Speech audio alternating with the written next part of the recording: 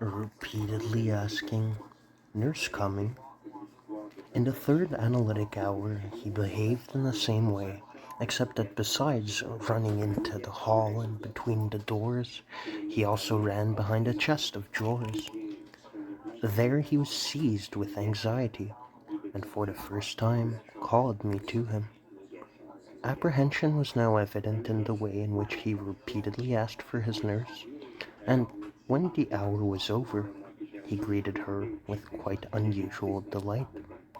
We seated simultaneously with the appearance of anxiety that had emerged a sense of dependence, first on me and then on the nurse, and at the same time he began to be interested in the soothing words, "Nurse is coming soon," and, contrary to his usual behavior, had repeated and remembered them.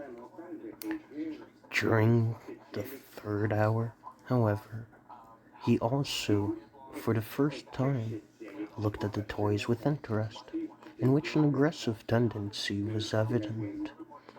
He pointed to a little coal cart and said, "Cut." I gave him a pair of scissors, and he tried to scratch the little pieces of black wood which represented coal, but he could not hold the scissors. Acting on a glance which he gave me, I cut the pieces of wood out of the cart, whereupon he threw the damaged cart and its contents into the drawer and said, "Gone." I told him that this meant that Dick was cutting feces out of his mother. He then ran into the space between the doors and scratched on the doors a little with his nails, thus showing that he identified the space with the cart and both with the mother's body, which he was attacking. He immediately ran back from the space between the doors, found the cupboard and crept into it. At the beginning of the next analytic hour, he cried when the nurse left him, an unusual thing for him to do. But he soon calmed down. This time he avoided the space between the doors, the cupboard, and the corner, but concerned himself with the toys, examining them closely and with obviously dawning curiosity. Whilst doing this, he came across the cart which had been damaged the last time he came, and upon its contents, he quickly pushed both aside and covered them with other toys.